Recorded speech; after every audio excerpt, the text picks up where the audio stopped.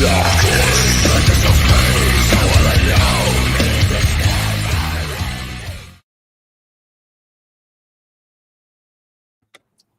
and gentlemen, welcome to Beard of Darkness Book Reviews, where I do way more interviews than I do reviews. I am so excited. Let me just say this real quick. The gentleman that I'm having on tonight is a special guest. If I had just talked to him yesterday, but we have been planning this for some time, and I'm so glad that we're here. Mr. Ben Galley, how are you this evening? Hello, I'm doing awesome. Thank you very much. It's been a day of writing. Also, that intro is amazing. Oh, dude, I was just in the background, just doing this. Yeah, dude, doesn't it hit the right spot? Really is. And it just kept getting heavier as well. I loved it. Caught me on the time signatures, but I enjoy it. My good buddy DB Rook, he's a self-published author, and he's in a band called Terminal Sun, and they did that for me. Amazing. Awesome. And I can tell my wife, she's like, it's too long. And I hear that so I'm gonna rub it in her face now.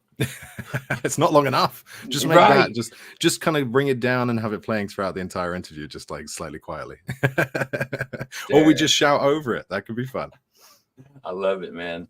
So I've got an introduction, and I hope that I do what I know about you justice. So here we go. Mr. Ben Galley, since publishing, I'm going to, hopefully I say this right, the Emaneska Series in 2010. Over 30 works now have been published. And that includes like short stories, novels, magazine publications, awesome magazine publications. Thank you. Along with the shelf help, where you have taken your time to educate authors to self-publish their own works. And I think that is incredible. So thank you. I appreciate that. The Heart of Stone won Best Self-Published Novel in 2017 at the Book Nest Fantasy Awards. In 2016, Weird Western Blood Rush was the blogger's favorite of Mark Lawrence's SPFBO. And it also won the Library Journal's Indie eBook of the Year Award for fantasy. This bad boy.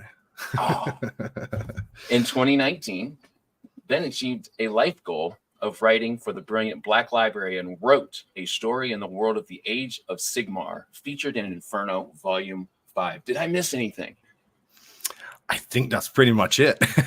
That's impressive, dude. So first, how does that feel, man? Like, I'm sure your idea of being a self-pub author in 2010, when this was fairly new, right? Is much different than where you ended up. How did that kind of start for you? Like, what was the mindset? Yeah, God, I mean, I've got to go back even further than that. I started writing when I was about 10 or 11 in 1990 something. And yeah, it's always been a dream ever since my dad and my mom just gave me a copy of The Hobbit and then started reading it to me. And then I started reading, and, I devoured C.S. Lewis. I devoured all of Redwall. I devoured, all sorts of good things, Greek mythology, Iliad and the Odyssey. So I've always had a passion for fantasy, and that turned into a passion for writing. So yeah, that's how I wrote my first novels when I was a kid, like preteen. And I started, I actually produced 2.5 novels at that age, which will never see the light of day. They're only like 2 people.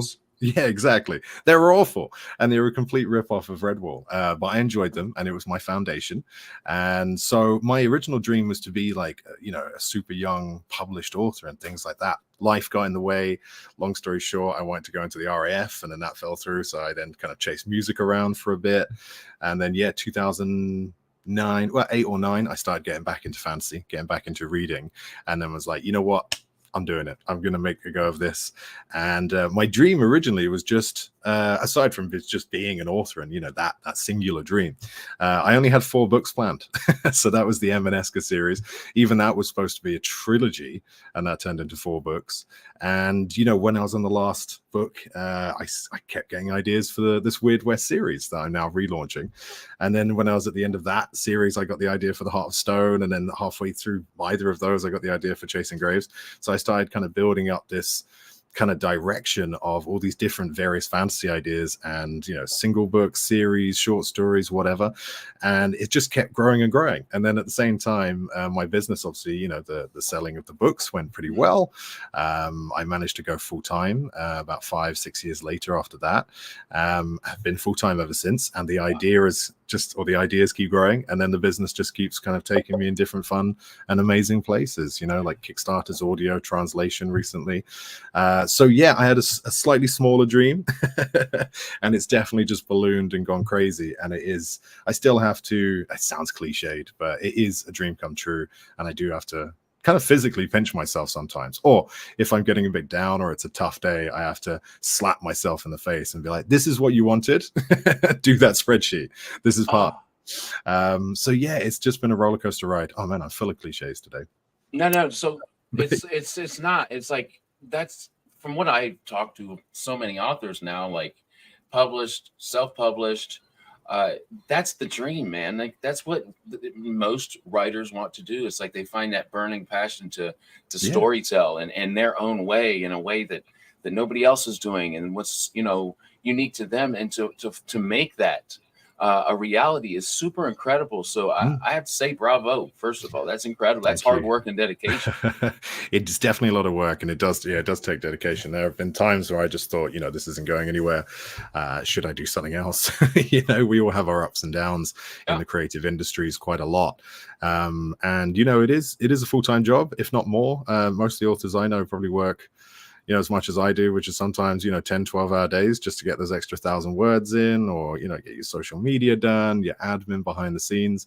But it does at the same time feel like I've retired, just in a weird retirement. But yeah, it's definitely fun. Yeah, that makes sense in a way. So what I loved that you covered really quick was all of the aspects in which it takes to be a self-published author, because saying the obvious, you don't have a publisher backing you up with marketing. If they, I've heard that they don't do a lot of marketing anymore anyway, but it's like you're doing every single, the cover artists, you're hiring for editors, and and I think that's so wonderful when a successful self-pub author talks about that, because you're not a successful self-pub without all of those branches in that one tree, right? Exactly. Yeah, you're entrepreneurial. There was a term that went around a couple of years back, authorpreneur, which when I first heard it, I hated, but I kind of like it now. But it is, a small business that you're running, and there's definitely facets to it. You have to have budgets. You've got to do your taxes. You've got to, have deadlines and set yourself all sorts of different, goals and deliverables, and all those annoyingly kind of business or corporate sounding words. But it's true. Yeah. And if you don't, kind of combine that with the creativity effectively or efficiently, or even if you're not necessarily that good at those sorts of things, then there's a huge learning curve as well. And so that's where the dedication comes in, is throwing yourself into the deep end and learning how to swim, essentially. The beauty now is that we have a stronger community than ever, in fantasy, but also outside fantasy, and in the self-pub and publishing industries, overall. And that community usually 99% of the time, knows what it's doing, has good advice for you, and it's easier to find. And it was, that's something I love about the publishing industry right now. It wasn't the same back in 2010. I can imagine. It was kind of like the dark ages. There was a lot of bad advice. I mean, there's still bad advice out there. You can find it pretty easily, but usually, a lot of the self-publishing side of things has kind of become standardized. So it's a lot easier to find the right answers. But yeah, back in the day, it was just random Googles and hoping you found something, and looking through terms and conditions and trying to figure out, legalese in contracts. And there wasn't a lot of that kind of audience around. There were a couple of fledgling organizations. Ally, the Alliance of Independent Authors, was kind of branching out at that point. I think they just started when I'd published, so they were a great resource. But that was just kind of one or two or three, or one of three that were around at the time. And it was tough. I made so many mistakes. Well, what that is, I'm hearing from you already, and anybody who watches the channel frequently, it's like I always talk about those little nuggets of gold, man, and you've dropped like 1,000 already. And I think that is absolutely, I've just been dying to talk to you about it, because you've been around you've seen the dark ages, like you said, of self-pub, now to where it's evolved. Yeah. And not being a self-pub author yet, is I get to see and kind of, go shopping, I guess, for Yeah. these different companies. And I've learned which ones are kind of not the ones to hang out around. Yeah. But whether you pay this or that, there's different services that they offer you.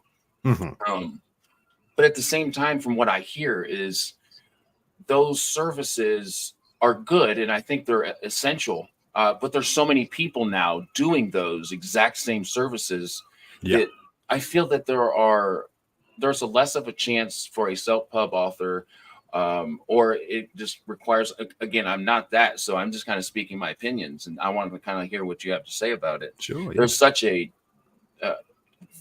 large number of people doing it because the standard to self-pub is whatever you make it. Whatever you are, that's the standard, is whatever you think that it should be. What's a downside to having such accessibility to publish works, whether it's a 1-star or a 1,000-star?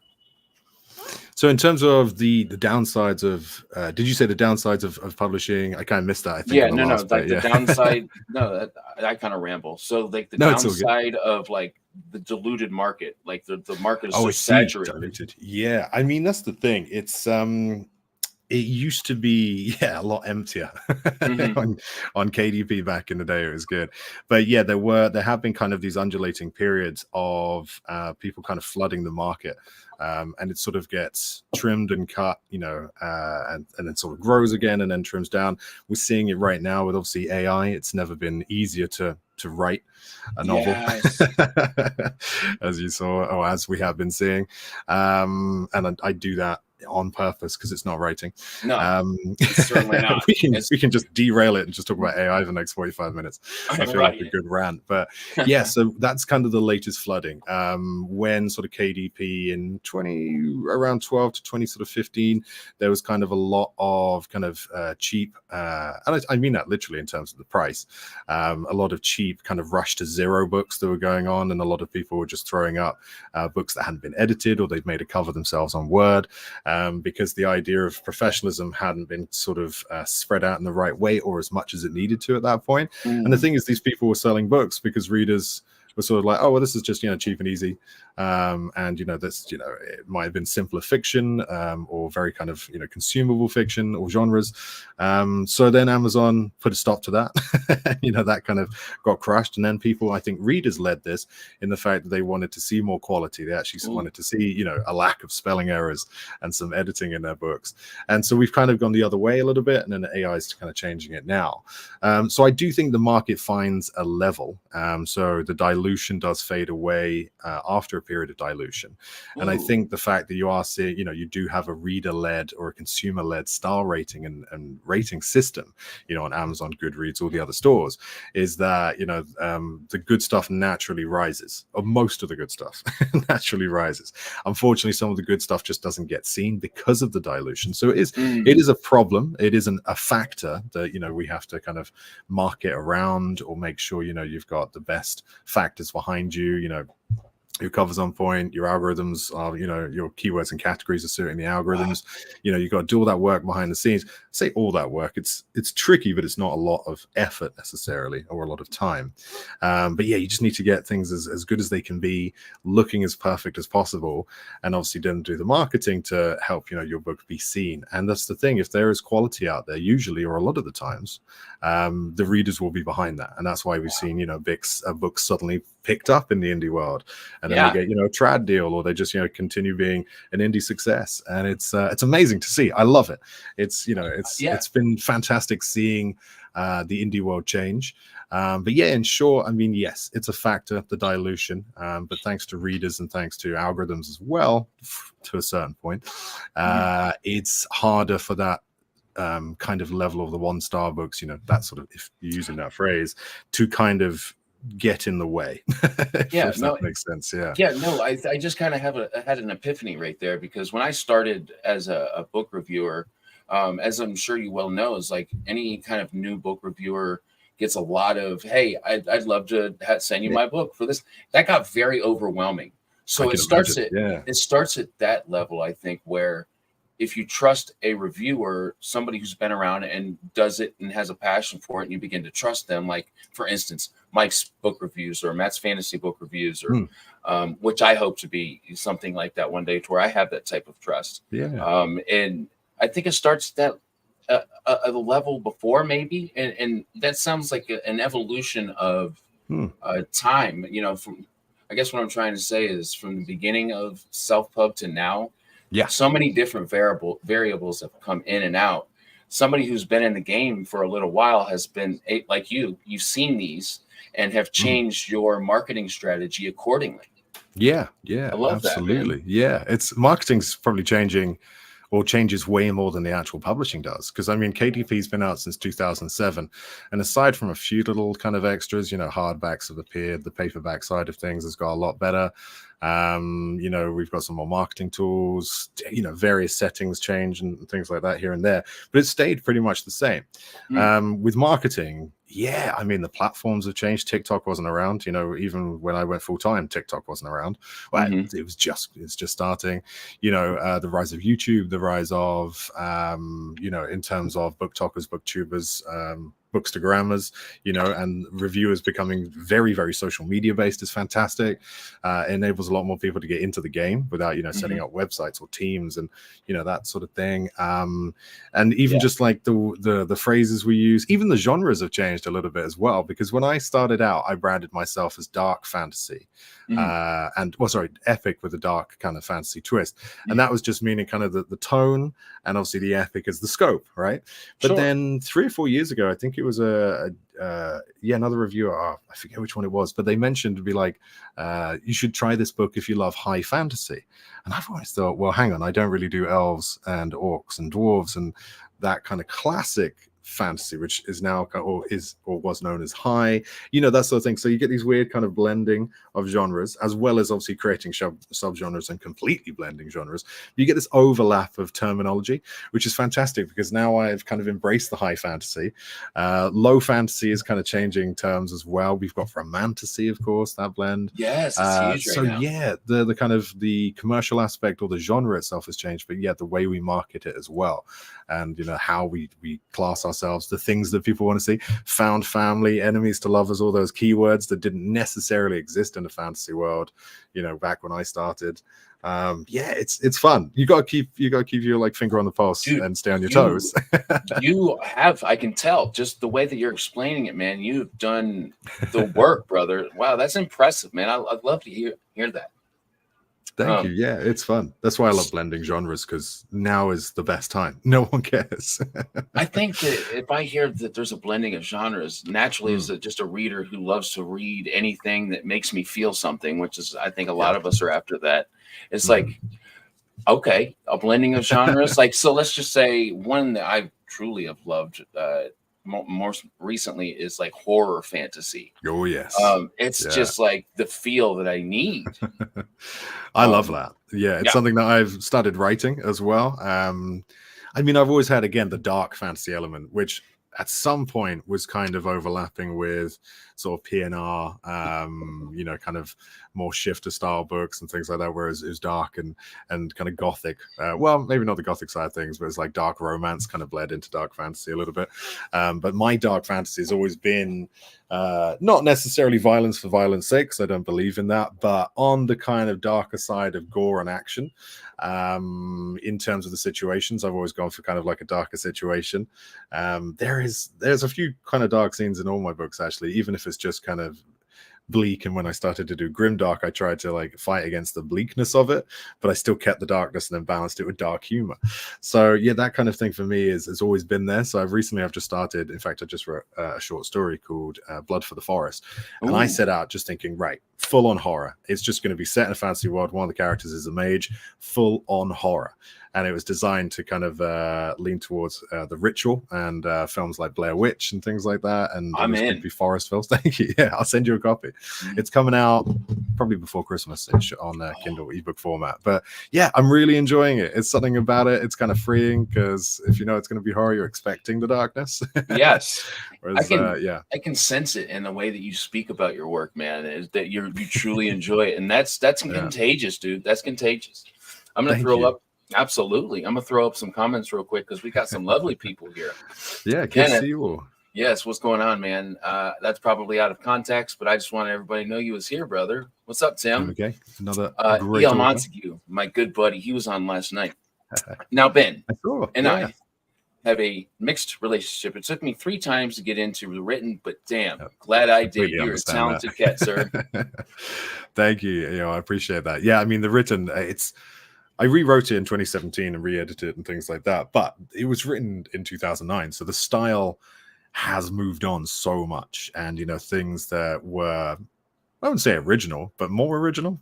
The idea of tattooing a spell book on people's backs has become more of a trope, or way more of a trope than it was. It definitely wasn't original when I did it in 2010, but is there an original thought? Trying to think of, I mean, there's always been people writing runes in people, as in a full spell book on their back.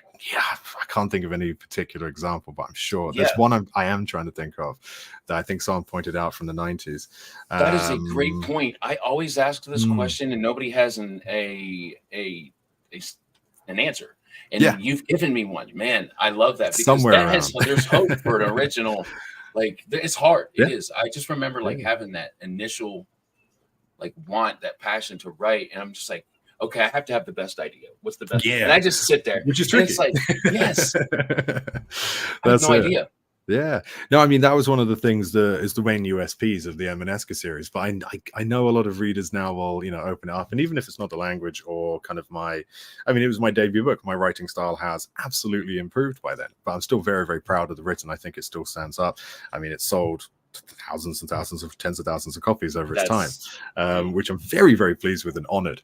But yes, I know now it kind of is seen in a different light. So when people say like, yeah, they struggled with it, because in the first 5 chapters you get a dragon fight, then you have a vampire, and then you have a lichen, a werewolf happening as well, and then you suddenly got spell books, and there's a lot of things thrown in there, and I kind of did that on purpose because I was really annoyed. It was the time when, you know, there's so much Twilight going on, so I was like, no, I want an epic fantasy representation of a vampire and a werewolf, basically. So that's how that happened. But it can probably trigger some people now, or kind of, you know. Well, I think one of my favorite things, and I've only noticed this with a couple people, because like I was telling you before we came on, I haven't been reading very long. It's like I'll tell you one that I've really noticed it is Anthony Ryan. I've read enough of him. And like from the beginning of Anthony Ryan's stuff, like the Blood Song, to where he is now. And it's just the coolest thing, man. I will absolutely go and try to find those first books written by an author, and then kind of go through the catalog, just hoping that I catch the evolution of their writing style, because it's awesome. Yeah, no, it's fun. I mean, I'm obviously re-releasing the Scarlet Star trilogy in a month and a half. Oh, scary. And that's a 10-year-old book. So I've been over the summer kind of rewriting it, obviously rereading first and then rewriting it. There's a lot of changes and things like that as well that have gone into the plot, or at least scenes. I mean, it's still the same book, but it's not at the same time. So since I was gonna kind of bring that up, but now that we kind of have talked about it, you kind of brought it up, was the old readers, not the old readers, but the readers that read that trilogy before you edited it and made the changes that you did. Are they gonna go back and enjoy it even more now, or should they? Like, what's your take on that? Yeah, I've got a couple of those people reading or sort of beta reading, reviewing at the moment, and I believe so. Yeah, because it's more polished. It's more definitely my writing style that I think people who have read my books for a long time, they're now used to kind of the later stages. And I know it's, you know, some of my fans kind of like their favorite book because it's weird. It's not only Weird West, it's alternate history. It's a little bit steampunk in places as well. It's also dark, and it's got a fairy in it, or lots of fairies in it, which again is, people think, well, what? It's a weird book, and it was kind of just a complete switch on the spectrum after Emaneska and 4 or 5 years of kind of doing Nordic, very European based fantasy, dragons and mages and things like that. I wanted to go completely the other way. So yeah, that's what this book is. But I think, the way that I've kind of reintroduced it or brought it up to my kind of current style. I fixed, some tiny little plot holes I didn't mention. I've kind of, increased the descriptions of things. I've made it richer and deeper. There's now a whole world map instead of just a tiny little kind of scene or kind of setting. And yeah, it's kind of, there's a few things that have been updated. I've learned a lot, not just about writing style, but about the world and about history. So I've kind of made sure that that's now reflecting, what I believe and who I am. And I think so. I think if people are going to have fun. Also, just maybe kind of taking the 2 books and figuring out what I've changed where, because there's probably a change on every single line, even if I'm just messing around with it. That would be fun. Metaphor. Yeah. I was doing it the other day because I've forgotten what I changed. I was like, oh yeah, that was like that. Yeah, that's great. So fun. What I hear when you're sitting here saying speaking on your books as you do, is like you are talking about what is so wonderful about being a self-published author, and that's that freedom to go and do what the hell you want to do. Oh yeah, I can fuck around and find out. That's it, dude. I love it. Yeah, and that's the thing. The main impulse for it actually was the covers. And don't get me wrong, I love these covers. If you haven't seen them before, which was turning it that way. It's kind of Western, but does it look fantasy? No, not necessarily. Wow. Well, a little bit, yeah, I suppose. But there's no kind of like. I thought you were talking about the new ones. The new ones. Oh, the new ones look fantasy. Absolutely, yeah. And I mean, so that's the thing. I always thought these were good, but they were not kind of the level of fantasy that I wanted. And so that was kind of the impetus. I just thought, maybe it's time to just update, the covers and see where I can go with these. See if I can just kind of reskin them and improve them and do like a 10-year kind of relaunch. And then I thought, well, why don't I just rewrite them as well? And I started to dig in and be like, does this need rewriting? And by the first page, I was like, yes, it does. And then I thought, well, why not do like a cast page? And then I thought, well, why not do portraits for the cast page? So I've now commissioned those. And I was like, let's do illustrations as well. So I've now put 4 illustrations. And then, then it went back to the covers and I got them done. Which that's incredible, dude. That was just a brain sort of, landslide that was going on that happened over a couple of months. But I'm so glad I decided to do it. Was it fun? Oh, it's been really fun. Yeah, it's good to look back as well. I struggle reading some of my books, if I ever have to look back through, because I find something I want to change, even if there's nothing wrong with it. It's usually just like, oh, that could have been better, or I could have changed that. Which very human. Every kind of creative and artist will do that. They will see, I don't know, a painting and be like, oh, I wish I just put a little more light on that section. Or, if you write a song, be like, oh, wouldn't it be great having, this effect that now I use all the time back on that song. So yeah, it was really, really, really fun. And it's great kind of being introduced to the characters and seeing like, what the hell was I doing with this? Or being like, oh, that was actually really cool. I've forgotten I made that simile, or I had this little tiny scene. Isn't that fun? So yeah, I've tried to kind of bring the bad bits down and bring the good bits up. I've added 2 or 3 new scenes as well, which are kind of not necessarily integral, not whole chapters or anything like that, but there's like these fairies called the White Wit and the Black Fingers, and they're just these kind of assassins for hire, and they're badass. But you never really got to see them kind of go their full badass. So I put these scenes in now. Yeah, they're always just kind of lurking around, but they achieve a lot through just like threats and intimidation. And I thought, well, let's, they do have a big fight at the end. But I'm like, well, let's kind of build that up a little bit. And there's other scenes that I've kind of changed and moved around as well. So it's been an experience. It's been long. It took longer than I thought. I've been working on it for months now. I thought it would take just like 1 month. But I do see a question that I can answer right away. Because it's also coming out in ebook, paperback, and hardback for the first time ever. Right there. They won't be special edition. That's the one, Shane. I got you. So they will be very nice, beautiful hardbacks, but they're not going to be like sprayed edge full editions that I'm doing with Emaneska at the moment. But that's the plan for these. I want to do Chasing Graves trilogy and the Scarlet Star trilogy in full-on beautiful, like insanely nice hardbacks with gold foil and new art and matte pages. I do have to apologize to the chat. Ben is captivating me with his badassery and knowledge, so I didn't catch much. So I'm kind of just scanning over there in case I missed some. Awesome. You tell me if I didn't throw it up. No, it's all good. I just saw hardbacks.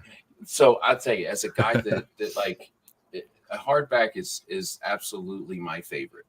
And of late, it's like I cover it with Mylar. That's like my new obsession. I put it up there. It's like I can grab it, I can bring it down, and I don't know. There's something about I can pass it on to my kids. There's just something about a nice hardback, man. Yeah, especially what we're seeing right now, which is like the newest trend essentially, is just this. I mean, broken binding have been leading the way with a lot of it. Yeah. But you know, then you've got lots of other amazing presses as well that are out there doing the same thing. Walmart has Yeah. colored edges now with just like Oh, there you random go. paperbacks. Even. Yeah. See, I'm seeing that, a bit when I walk into bookstores, and I like just sniffing around bookstores and Oh, of loitering. course. Of course. And I'm seeing, a lot of kind of what we call like trade paperbacks having interesting paper types, edges, that sort of like ruffled edges you get, which I've got. I knew that would happen. Like this sort of edge, which I quite like. Oh, I forget what that's called. This is my Icelandic sagas, but I forget what that's called. I do too, but I love it. I love I it. saw it the other day. Yeah, someone mentioned the name. I was like, and what is that? So you're learning stuff all the time. But sprayed edges just on standard paperbacks as well.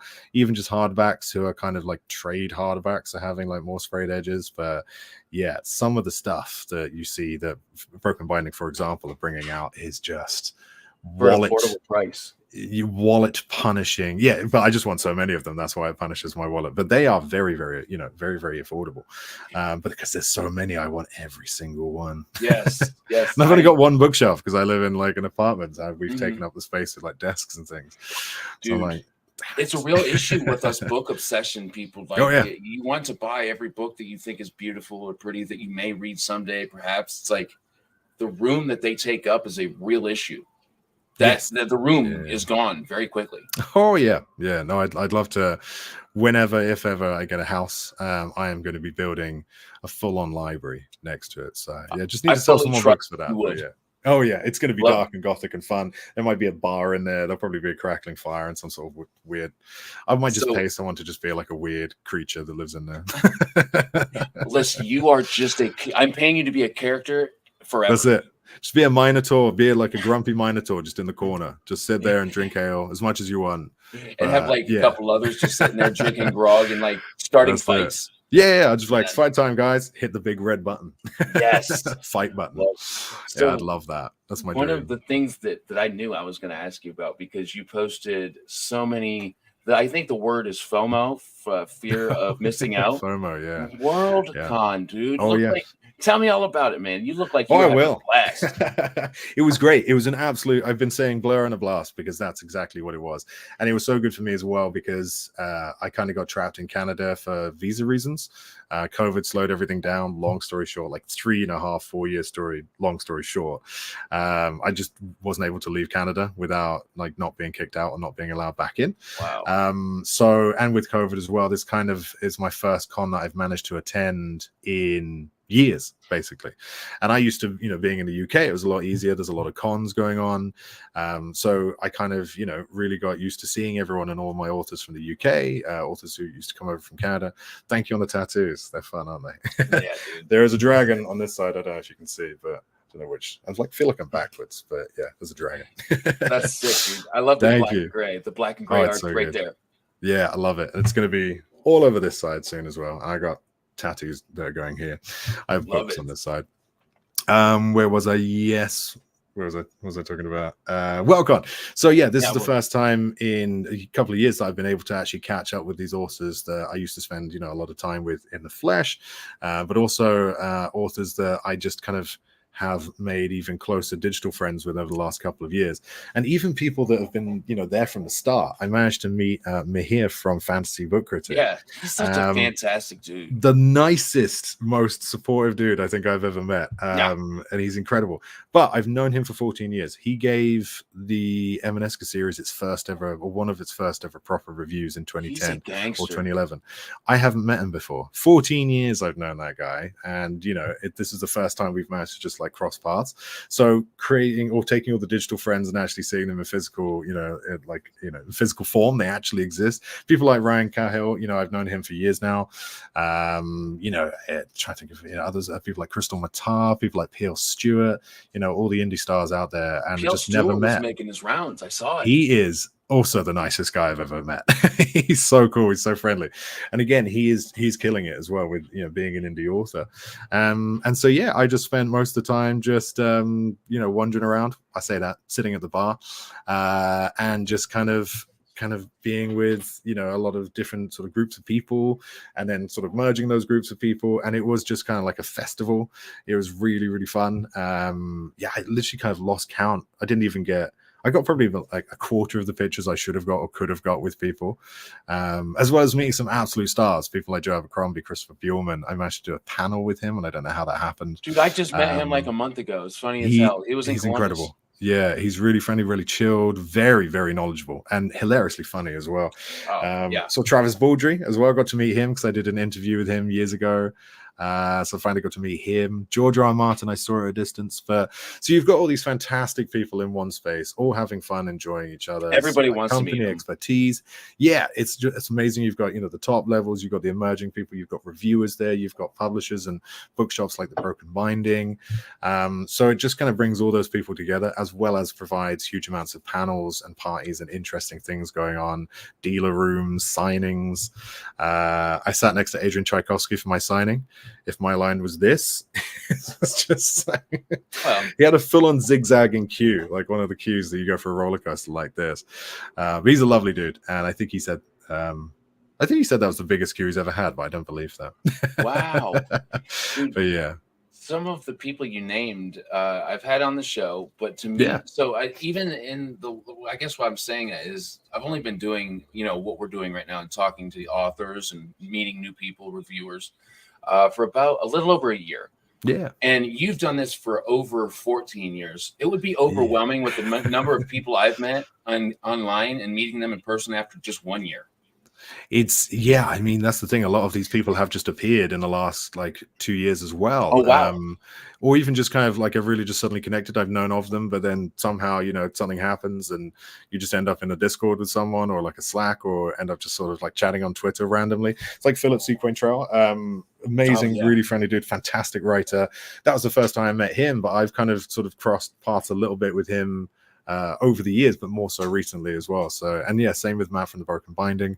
I know I'm missing out like another 100 people that naturally, I got to there meet. were so many people there. Yeah, no, yeah, it really was. But I'm thinking, yeah, it's just such an amazing mix of old friends and new friends, and also digital friends that are both new and old, all in one place. And also Glasgow's beautiful. It rained the entire time, which I kind of miss.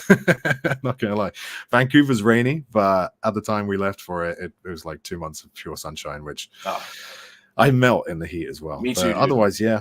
In short, it was a blast and blur, and I recommend it for any author or reader out there, or reviewer, or anyone remotely connected to books. Yeah, I'm going next year. Like Seattle. Yes, I will be going. There. Oh my dude, I can't wait, man. It'd be awesome to meet you. There you go. Yeah, that would be. I cannot wait. So I have not been to a convention. I've been to. It was called Columbus Book Festival. Okay, I got to meet Christopher Buehlman and John Scalzi. Nice. Yeah, and big names. Those were that's the only place I've been where that kind of, you know, meeting authors, getting signed, that, you know. So me and my wife are really looking forward to one in the US now that I've kind of like I found out about these wonderful conventions. Yeah. So I'm pumped, man. Yeah, the big ones are, I mean, they can be a little bit overwhelming. I mean, my social battery was dangerously low by the end of it, because it's just we can't even as extrovert. I'm like an extroverted introvert. I think that's the right way around. I get what you mean. Yeah, so I kind of like, I love chatting to people, and I love, you know, just chatting over a tankard of ale. But because there's so many people and you're just kind of like, it's just a lot, you know, it can be overwhelming for people, but it's the best place to be. But you've got, you know, other cons as well. There's Comic Cons, there's Dragon Cons, Emerald City Con, there's Fan Expo here in Canada, Vancouver and Toronto.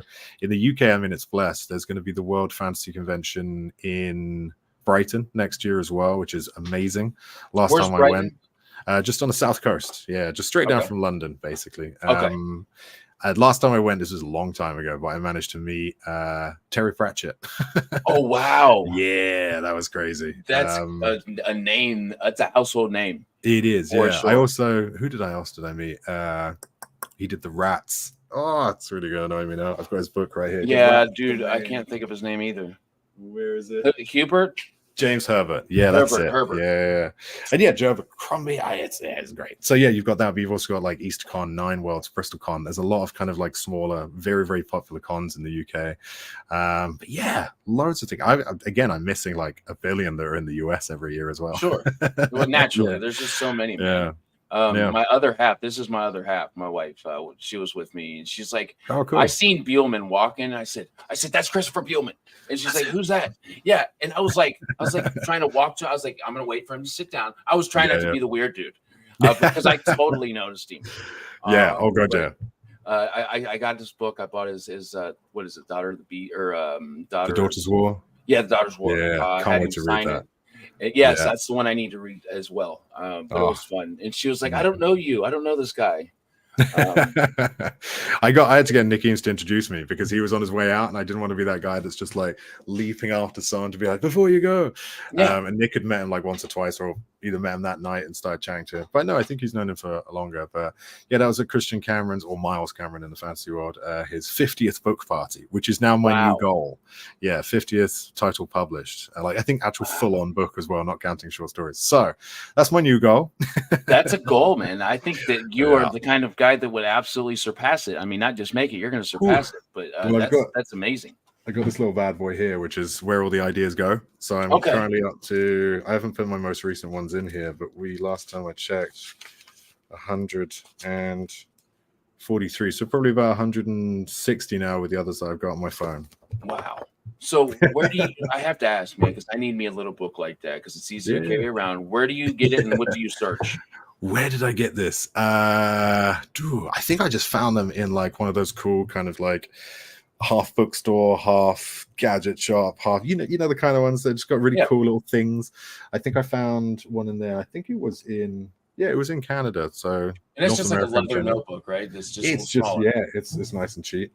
I need to get one of those. Some nice little edges. I think I got it in Indigo in Canada, but any other little bookshops should do those. But I just always write things down because it's amazing, and it's just I can scroll through it easier than I can on my phone. But any idea that comes into my head goes onto my phone, and then it gets back in the book, and then I've got backups everywhere and things like that. But every single idea, even if it's what was the last one I came up with? Werewolf Poirot.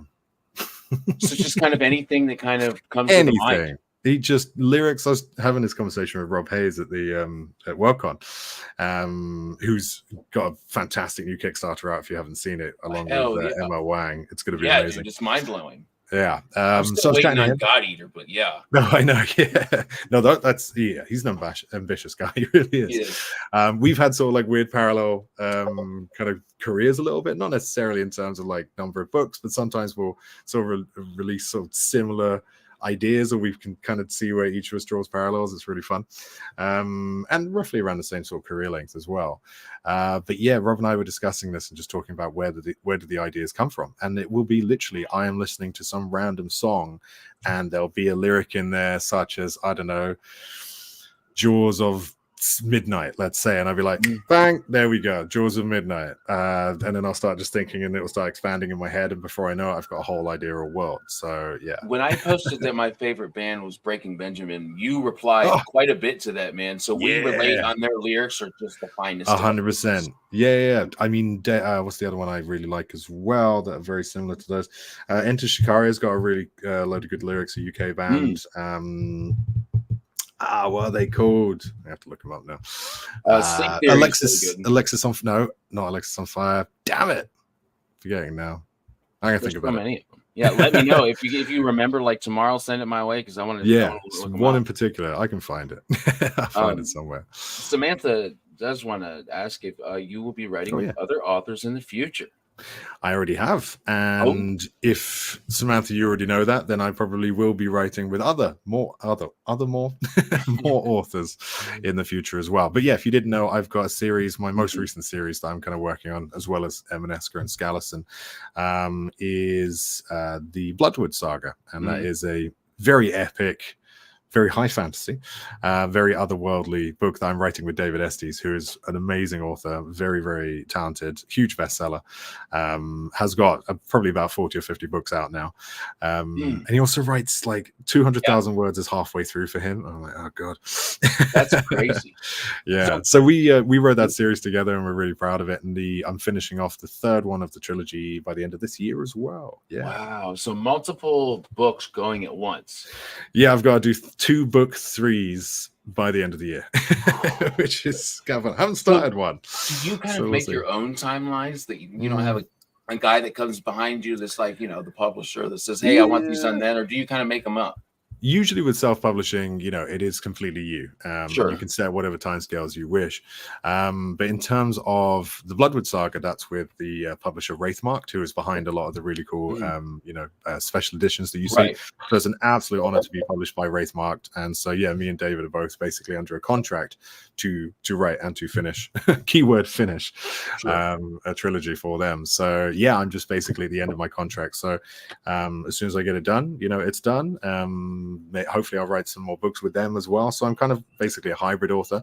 I have publishing deals, but also self-published. So it's fun. It's great. It's one of the beauties of modern publishing in general is you can go whichever way you want. And I was always confused about Wraithmark. Not that it was. I knew that you did the self-pub thing, and I knew about Wraithmark, but I didn't know how. I don't know how to put it. How Wraithmark did their thing. How they did their business as far as. Going to an author, is it kind of similar to the other publishers, like in a way, or it kind of like, hey, I want this in this kind of time. This is who is interested in writing with you. Yes and no. So, I mean, it's different for every publisher and it's different for every kind of range of publisher as well. So Wraithmark, they kind of approached me and kind of matched me up with David, who I already knew and was already, hoping I could write with him one day. But it was a great match. And I went out to see him in Hawaii last year and chat about the books and things, which is a great excuse. Swig some beers. But yeah, so it was just kind of a thing where they had the idea to match up, different types of authors together and basically produce a series that was co-written. And they'd had some great experience with that before. Obviously, the guys that run Wraithmark, Dirk Ashton and David Estes as well, G.D. Penman and Dirk and David as well, and then a couple of other authors, and also Bryce, obviously the founder of Wraithmark and Lynch Malenko have written together as well. Oh wow, I didn't know that. No, absolutely. So they've got a series where they kind of brought together their worlds. It's fantastic. Again, huge doorstop spider killing books, or even like neighbor killing books at this stage. Straight up, look, if there's a robber, there's a burglar coming up in here, I'm grabbing that book. That's it. Yeah. Give me the Wraithmark. That's it. Pass me the Wraithmark. But yeah, that's kind of how it was set up, and it was really chilled. I knew Bryce, or I've known Bryce a long time as well. So it's amazing to see what they're doing. They're doing a lot more special editions at the moment.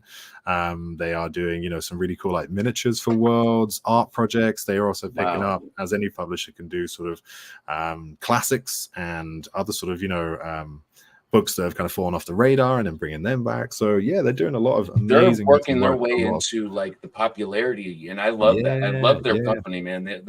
I think I love their font.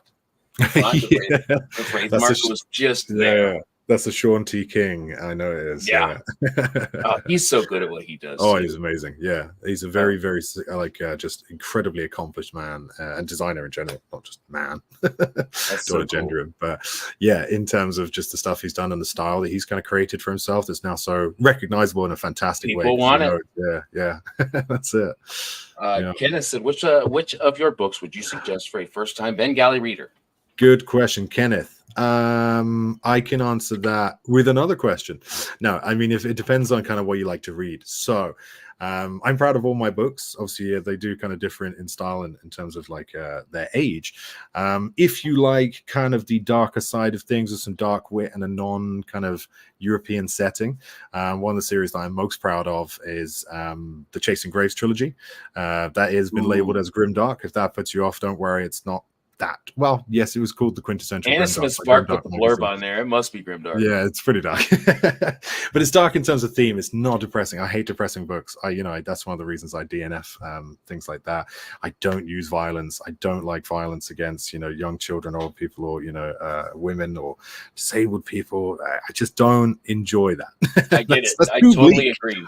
Yeah. So my main character is just like a comedian stuck in a fantasy world. So he balances it with a lot of humor, but it's kind of a world where the dead are then enslaved as ghosts, and the whole culture has been built around that. So if you like the darker things as non-European, then I would go with that.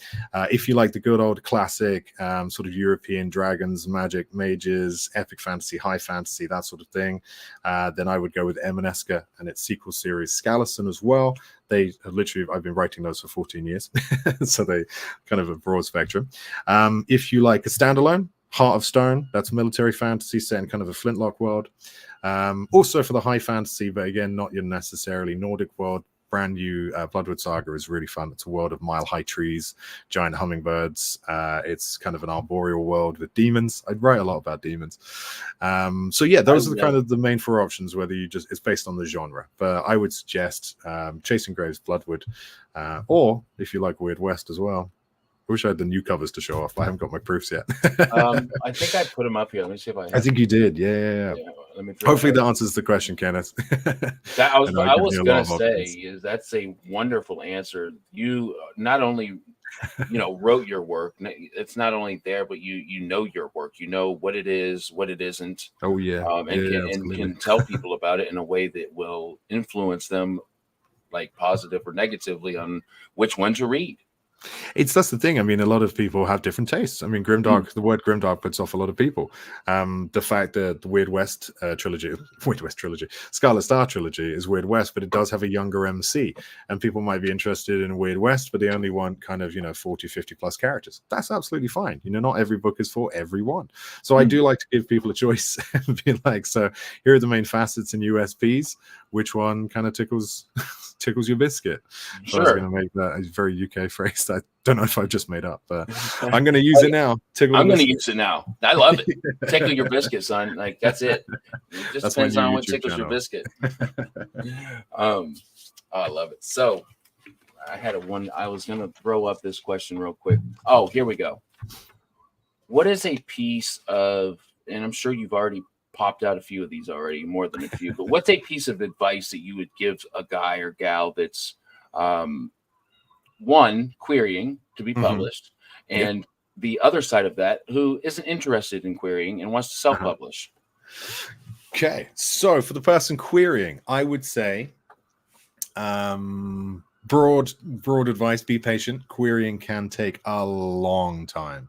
You might have to do several rounds of querying. You might then get some feedback, make a change, and then query again. It can work in multiple different ways. So being patient and being confident, and also just knowing that just because someone might say no, it doesn't mean your work is terrible. And it doesn't mean that it shouldn't be published or shouldn't be read. It might just not be, at the right time for the publisher. It might be kind of not the right genre at the right time for the publisher. Sometimes it's just seen by the wrong person. That can happen as well. There's been so many people that passed up on incredible books that then saw, success later on, and they kicked themselves. So it's a very, very... There's no one answer. There's not one answer, and I always get confused between subject and objective as an author. That's my weakness. That's my kryptonite. Whichever the one I mean is. Subjective. It's subjective, yeah. Subjective, yeah. Objective is like a hard fact. Subjective is like, yeah. Every time. I need to get that tattooed on me somewhere. Like I'm like that with a few different like opposites of words. Don't worry about it. Definitely. All good. But yeah, that's my kryptonite. You've discovered my kryptonite. But in any case, yeah, it's a lot of factors in play. It really is. Even in budgets, some people might, some publishers will be working in like smaller or medium level publishers might have already kind of spent their budget for that year, and they can't take on any other books. That sort of thing. Honestly, if I was to see this, you're talking me out of querying. Like not in a bad way. Like you're being honest and realistic about it. Exactly. Yeah. I mean, there's equal factors in the self-published side, and there's obviously pros and cons. But if people are more comfortable letting someone take the reins and the creative control, and are comfortable maybe doing most of the marketing, but having that sort of team behind them. Traditional publishing is a fantastic way to go, but it is very selective and it's very, very difficult to get into. So that's the con there. So yeah, I would say basically be confident, be patient, keep writing in the meantime. There's no reason why you should put your life on hold just to put your hopes on one query in one book. You might have a fantastic idea that comes to your head the moment it goes out for querying. That could be the book that actually gets you success or gets you published. So yeah, keep writing and just keep your chin up. Good British advice. Keep calm, carry on. Otherwise, if you're seeking to self-publish, then yes, I would do your research. Talk to authors that you know have done it right, or that you can see have done it right in the community. That, like I said, the community is very vocal and very easy to spot, especially in the fantasy world. So yes, see what other people are doing. Ask questions. Every author that I know, if not all the authors I know in general, are very happy to answer questions and give advice on what they've done and how. It's not rude to ask who the cover designer is. It's not rude to ask who the editor was. Thank God, so because I'd be really rude. No, you'll be fine. That's the thing. So do your research first of all. Make sure you aim for professionalism through all things, especially things like cover and editing. You can absolutely publish on a budget as well. So don't fall down the trap of thinking, 15 grand sounds like a great deal to get your book out, because it's not. I spend about $2,000 to $4,000 on each book, and that usually ranges towards I would say the middle of that. Yeah. And that's, editing, cover design, formatting, etc., ISBNs, and that's done. So that's what I'd recommend is, absolutely get involved with the community, do your research, ask a lot of questions, aim for professionalism, and don't feel like you're in a rush as well, because self-publishing, there's a lot to learn. Even though it's standardized, there's a lot to learn, and there's a lot of worry when you come to press some of the buttons, and you might not have asked, a question about this certain field on KDP, for example. There are no necessarily wrong answers. You can change anything or fix anything after the fact. You're good. So, Ben Galley knows what the hell he's talking about, guys. Oh, that's it. I mean, I give these sort of talks a couple of times a week. But I was also going to say, you have a book that people can go to find, or at least I did. Yeah, it's slightly out of date right now, so I've taken it down to hopefully get around to and redo and republish. But some really great other resources out there as well. Reedsy's CEO Ricardo Fayette has actually written a book which is basically an updated shelf help. Not that he stole anything, it's all his own words, but it's basically what shelf help is designed to be. It's a great resource, and I believe it's free on Kindle as well. So I think it's just called How to Self-Publish a Book. I might be wrong on that one, but look for Ricardo Fayette. F-A-Y-E, F-A-Y-E-T. And otherwise, the rushing thing is not, self-publishing is not going anywhere. Amazon's not going anywhere. Just because the book is amazing, don't feel that you have to scrimp on, certain things, and just, do it at your own pace. Let the book come out. People, you're more than welcome to do a stealth launch or a quiet launch or a hard launch. No wrong answers. People have seen success doing both. I did stealth launches for the first 2 years. So that's my advice there. Yeah. Wonderful advice. No worries. Wonderful. Just one more thing as well. I would avoid, just because I went on a rant about it recently, is if you see any sort of company that have publishing packages, not all of them are bad, but you can spot these companies from a mile off. They'll be owned by Author House or a similar company. Author Solutions, not Author House. They are Ex Libris, they are Archway, they are iUniverse, they are Trafford Publishing, just to name a few. And they will happily charge you. I mentioned 15 grand earlier. That's not an exaggeration. That's one of their top packages. I think $17.99. Not $17,999, not $17.99. That would be cheap. Is one of their top packages, and most of the services are useless. And they will dress it up. They will give you a terrible cover, terrible editing. In fact, they won't even edit your book. They'll just give it an assessment. And like as Tim just said, 99% of them are bad. There are some good ones. There are some really, really good ones. They are hard to find, so do ask around. But basically, stay away from package publishing providers. They are basically the new vanity publishing, which is so people are still falling prey to them, unfortunately, every week, every day. That's gold. Look, guys, if you're out there, and I know there's so many of you that watch the channel for this type of news, what better than a guy that is in it to be honest, and he wants the best for you. I can tell Ben wants the absolute best for you in your journey. It physically hurts me when I hear that people have paid that much for that, for a lack of service, not even a service. because it sinks your book. You'll never recoup that money ever, guarantee it. So don't do it. Thank you, man. I do have a video where I actually go through some of them and kind of cost up their services, and it ended up being about like $500 extra, and they're charging $15,000 extra for it. So yeah, it's sad, man. Well, thank you for kind of putting that warning out there, because man, if I told you that I could point those out, I couldn't, and I know you could. So thank you for sharing. Oh yeah, no worries, my pleasure. Griffins. Thank you, Griffins. Thank you so much. She is just the best. Oh my gosh, I'm very humbled. Thank you. So, real quick, I know we was going to keep this at an hour. I have to get to the Scarlet Star trilogy. When is you're going to drop all 3 of the new rendered books at the same time? All 3 formats, all 3 books, ebook, paperback, and hardback, which is going to be difficult. So there might be one about 12 hours later than the last one, because it's tricky sometimes. But yes, all 3 formats are launching, all 3 books rather, are launching on the 15th of October. So basically a month and 17 days away. Yes. And I'm really excited. And then I've got, hopefully, To Kill a God, which is the end of the entire Emaneska 14-year span for me, but 40 years for the character. There he is. We were just talking about you. It's the Beetlejuice situation. We were talking about you here. Amazing. But yeah, and then I've got to launch the next month after that as well. Hopefully, fingers crossed. I'd like to launch Emaneska on my birthday. Thank you very much, Kenneth. I just saw he just got Emaneska. So yeah, I'm going to be finishing off that entire massive saga by the end of the year, and we're launching it by the end of the year as well. It's almost done. Editing's queued up, ready to go. The cover's done. Yeah, lots of work to do.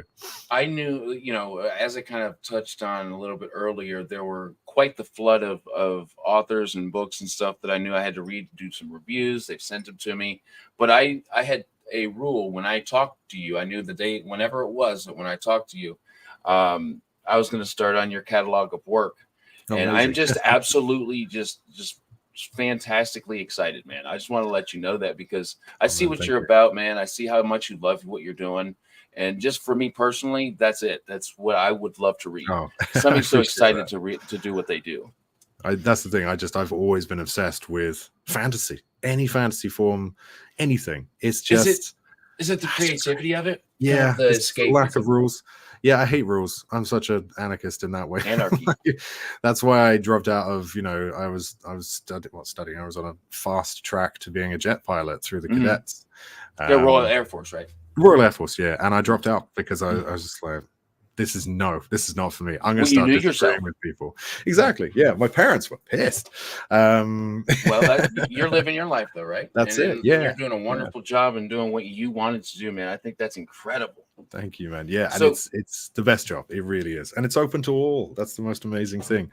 Yeah. It's right. It does not see color or culture or it definitely anything shouldn't. Like that. Yeah. Yes. And I think that's the most beautiful part, dude. It brings everybody together. Yeah, 100%. It makes our differences something to unify us. Yes, 100%. And that's what I really love about, a lot of the fantasy we're seeing at the moment is, we're featuring all sorts of different characters, and we're seeing authors from all different walks of life and creeds and, geographical places. Beautiful. And it's incredible just to see this kind of like, I don't know, it's just like a buzzing hive right now, but there's always something new out and something really exciting. And I can't keep up. I swear in the comments, someone said about 1,500 books in a TBR. I feel that. Yeah. Well, I think that if you're a book lover, that's kind of like the natural thing that comes along with it. And it could be like my TBR could say this, but I'm not even always going to go by that. Like it's just whatever I feel in that day or that mood. Yeah. That's it. Yeah, there's some things I'm just not for at the right time. If it's too dark or too cozy or too kind of weird, or that's why Black Tongue Thief by Christopher Buehlman, I read that at the exact time I needed to, which is really fun when you get to do that. And I was trying to find this kind of voice for a short story that I was writing, and it just was that just irreverent inner kind of monologue character that I just love to read, similar to like Mark Lawrence's books, similar to obviously what Christopher Buehlman does, some of the way that like kind of Joe Abercrombie does that internal without using eye language, but he'll kind of do that third person close, omniscient Yeah, sort of thing. It's so great. well Yeah, too. I love that. Inner monologue is fantastic. So I have absolutely, this has lived up to what I thought it would be, plus a million things more. So I just wanted to say, man, thank you for letting me borrow you for an hour and Oh, 4 minutes, because it has been an more than absolute happy. blast. Anytime. No, it's been awesome to chat to you, Matt. Awesome to meet you as well, because I've Yes. kind of only known you through Twitter at this point. But no, thank you for having me. And yeah, hope that was useful. And Oh my yeah, gosh. I hope you guys enjoy the book. The essence of which I'm here was plainly displayed in our conversation. Oh That's man, it, thank you. man. I appreciate that. So you guys that were here live, of course, you always know this, but you all are freaking awesome. I love, and it always works out this way, because look, soon I'm going to have somebody monitoring these questions, so I hit every single one, I promise. So I apologize if I missed your question. It's getting to a point now, and I'm so thankful for it, that it's hard to do by yourself if you're listening to That's really the guests. So that's going to happen very soon. And so again, thank you guys for being live. Everybody that watches this on replay, you're going to learn so much, and I can't wait for you to kind of take your notes, because I know I have. Oh, thank you. So October 15th, Yep, the Scarlet Star trilogy will be re-released. So excited for it. Yeah. And I always have to say the YouTube stuff. Look, it doesn't just help me; it helps anybody that I have on the channel to get their work seen and talked about, and in the eyes and in the ears of people. So subscribe, like, share, whatever else there is that I don't know about. Do that too. And something that tickles your biscuit. Yes, it tickle your biscuit. Exactly. Tickle the biscuit. Exactly. Yeah. And tomorrow I will be live with a guy that I'm just so excited to talk with, a horror author. He is through Tor Nightfire. His name is Philip Fracassi, and he kept me up a couple nights last month. Okay, yeah, I've seen that name around. Yeah, I hear he good wrote things.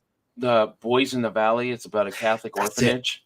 That's Bro, it. That's why I know it. Yeah. There's a couple parts, and I swear to you, I've been looking for that horror book that actually had me contemplating things to where it made it hard to fall asleep, and that book did it.